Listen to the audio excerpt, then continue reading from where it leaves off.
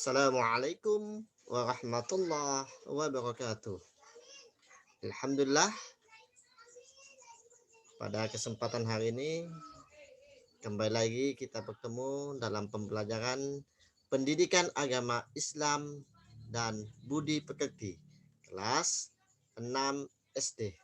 Sebelumnya, anak-anakku yang hebat-hebat, yang soleh-soleha, apa kabarnya hari ini?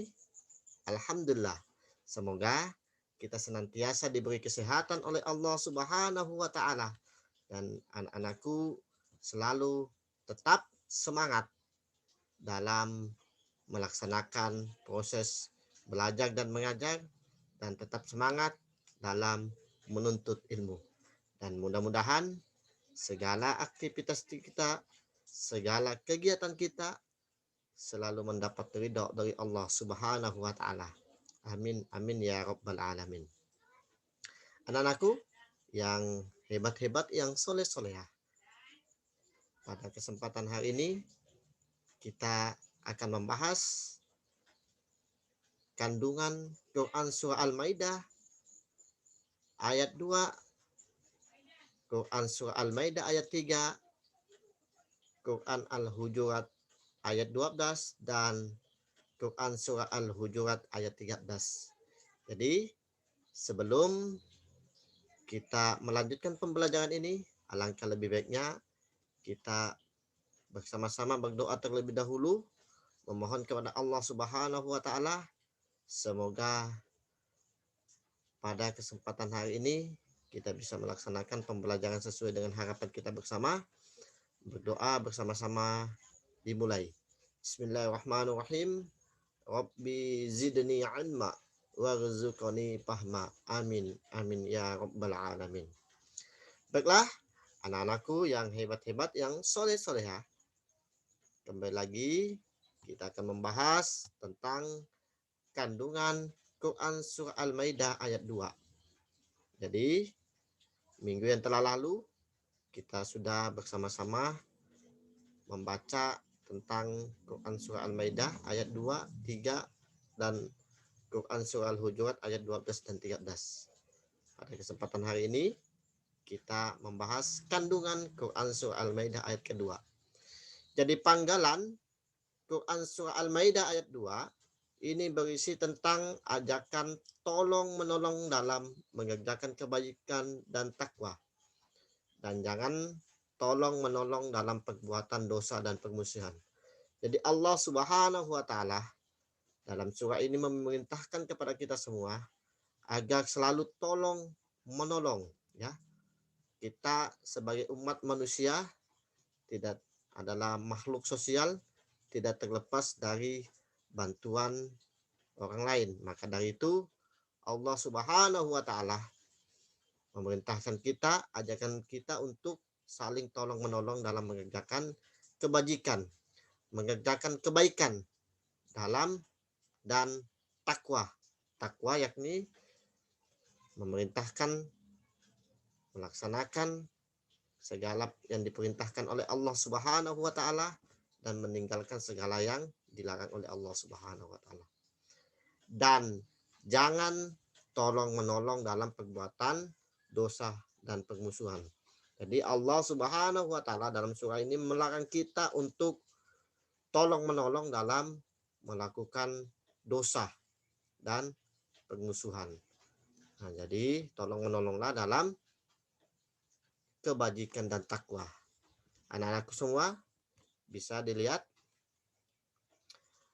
gambar 6.7, siswa menolong menyeberangi jalan seorang kakek. Jadi seorang siswa ini menolong menyeberangi jalan yang tidak mampu kakek ini. Jadi anak-anakku yang soleh-soleha, selalu kita melaksanakan atau kita selalu menolong yang membutuhkan dalam hal takwa. Jadi kita harus saling menolong kepada sesama kita dalam perbuatan baik dan ketakwaan. Sebaiknya hindari saling menolong dalam perbuatan dosa dan permusuhan. Jadi contohnya, ada teman kita mengajak membolos. Nah, hendaknya dihindari dan ditolak karena membolos perbuatan tidak baik. Jadi kalau ada teman kita yang mengajak ke hal yang tidak baik, contohnya membolos pada saat jam pembelajaran, kita harus menolak dan kita harus menyampaikan hal yang baik. Kita harus mengajak teman kita agar tidak membolos, ya, tetap mengikuti pembelajaran seperti biasanya. Tetapi jika ada teman kita mengajak ke masjid untuk mendengarkan ceramah agama atau sholat berjamaah, kita harus mendukungnya, ya. Kita harus mengikutinya karena mendengarkan ceramah agama atau sholat berjamaah di masjid adalah perbuatan yang baik, mendekatkan kita kepada Allah Subhanahu wa taala. Ya, itu yang harus kita laksanakan, yang harus kita dukung. Bahkan kita juga mengajak teman-teman kita untuk bersama-sama ke masjid untuk melaksanakan sholat berjamaah ataupun mendengarkan ceramah agama. Begitu pula jika ada teman mengajak nonton televisi atau main video game terus-menerus sehingga lupa makan dan belajar. Nah ini, jadi anak-anakku harus menolaknya. Tetapi jika ada teman yang kita mengajak untuk belajar bersama, kita mau bergabung, kita harus bersama-sama belajar bersama. Karena belajar bersama sangat baik dan menguntungkan. Insya Allah kita akan mendapat karunia dan pahala dari Allah Subhanahu wa taala. Dengan belajar bersama-sama, kita bisa saling sharing, bertukar pendapat, bertukar pikiran sehingga dulunya tidak tahu menjadi tahu. Bahkan insya Allah akan mendapat karunia dan pahala dari Allah Subhanahu wa taala. Inilah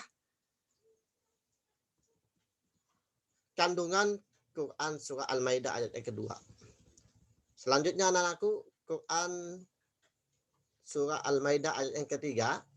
Anak-anak, dalam Quran surah Al-Maidah ayat ketiga, Allah Subhanahu wa taala mengingatkan umatnya untuk tidak takut kepada orang kafir, tetapi takutnya hanya kepada Allah Subhanahu wa taala. Kita jangan sesekali takut kepada orang-orang kafir. Kita harus takut hanya kepada Allah Subhanahu wa taala. Nabi Muhammad SAW melaksanakan haji wada atau haji terakhir yang dilakukan oleh Nabi Muhammad SAW.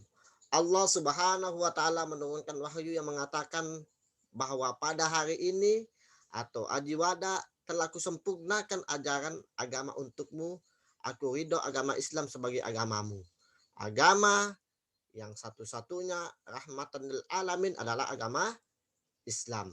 Jadi anak-anak, pada Quran surah Al-Maidah yang ketiga diharapkan kita harus takut hanya kepada Allah Subhanahu wa taala. Segala perintah Allah Subhanahu wa taala kita laksanakan. Segala larangan Allah Subhanahu wa taala kita jangan sesekali melaksanakan, ya. Harus kita hindari segala larangan-larangan Allah Subhanahu wa taala.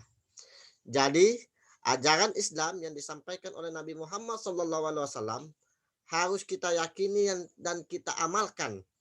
Karena Allah Subhanahu wa taala telah menyempurnakan sekaligus ridho atas agama Islam menjadi agama Nabi Muhammad dan pengikutnya. Samping itu kita harus mensyukuri nikmat Allah Subhanahu wa taala yang diberikan kepada kita semua. Jadi ini adalah kandungan Quran surah Al-Maidah ayat yang ketiga. Selanjutnya kita buka halaman 62. Quran surah Al-Hujurat ayat 12. Jadi pada ayat yang ke-12 dinyatakan jika kita beriman kepada Allah Subhanahu wa taala, meyakini Allah Subhanahu wa taala, mempercayai Allah Subhanahu wa taala, janganlah berprasangka buruk. terhadap orang lain. Ya, berprasangka itu adalah dosa besar. Di samping itu, kita tidak boleh mencari-cari kesalahan orang lain atau menggunjing, menceritakan kejelekan orang lain, karena orang yang suka menggunjing diibaratkan seperti orang yang memakan daging saudaranya sendiri. Nauzubillah min dzalik. Kita harus menghindari sifat-sifat seperti menggunjing, menceritakan kejelekan orang lain, dan mencari-cari kesalahan orang lain.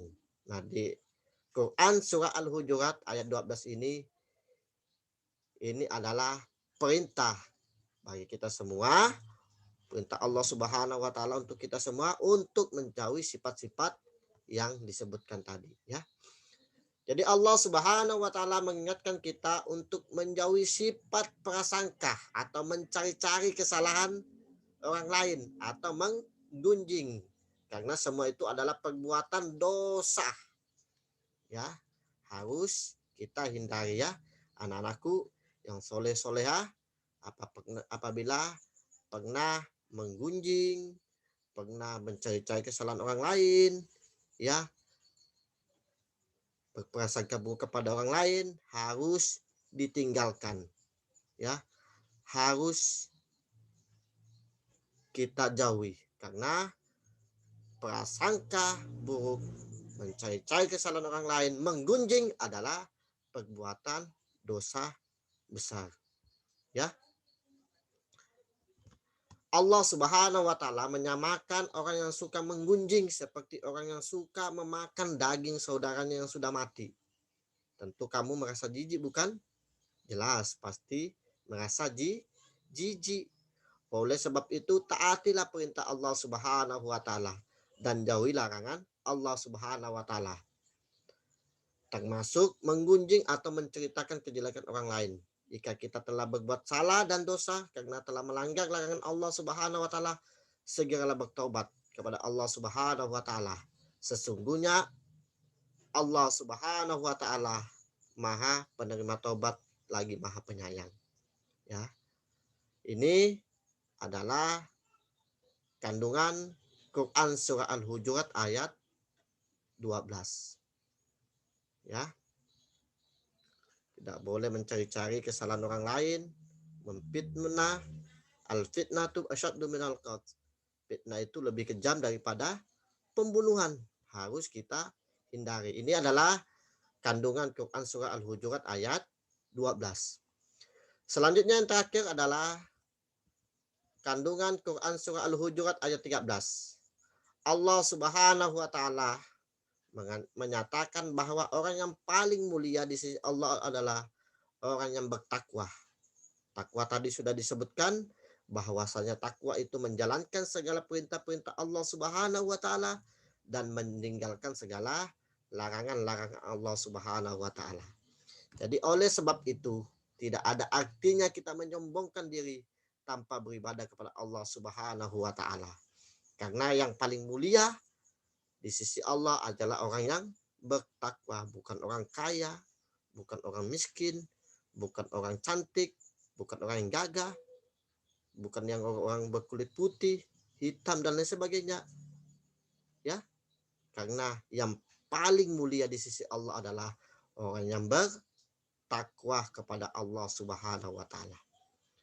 Selanjutnya Quran surah Al-Hujurat ayat 13, Allah Subhanahu wa taala menciptakan manusia atas laki-laki dan perempuan. Manusia itu suka berkumpul dan berkelompok sehingga mereka membentuk suatu suku atau bangsa. Allah Subhanahu wa taala mengingatkan bahwa manusia suka berkumpul dan berkelompok. Ketika kita berkelompok, apa yang kita lakukan? Ya, benar. Jika kita belum mengenal teman-teman dalam berkelompok, kita harus saling mengenal satu dengan yang lainnya. Dengan saling mengenal, kita akan memahami sifat dan tahu hobi masing-masing. Dengan mengenal sesama teman, kita akan terhindar dari salah paham dan prasangka negatif atau saling menggunjing yang tidak benar.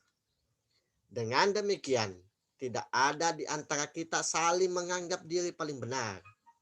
atau paling baik karena Allah Subhanahu wa taala sudah mengingatkan kepada kita semua bahwa sesungguhnya yang paling mulia di antara kamu ialah orang yang paling bertakwa. Sungguh Allah Maha mengetahui lagi Maha meneliti. Ini adalah kandungan Quran surah Al-Hujurat ayat 13. Jadi oleh sebab itu kita harus senantiasa bertakwa kepada Allah Subhanahu wa taala sehingga kita menjadi orang yang paling mulia di sisi Allah Subhanahu wa taala.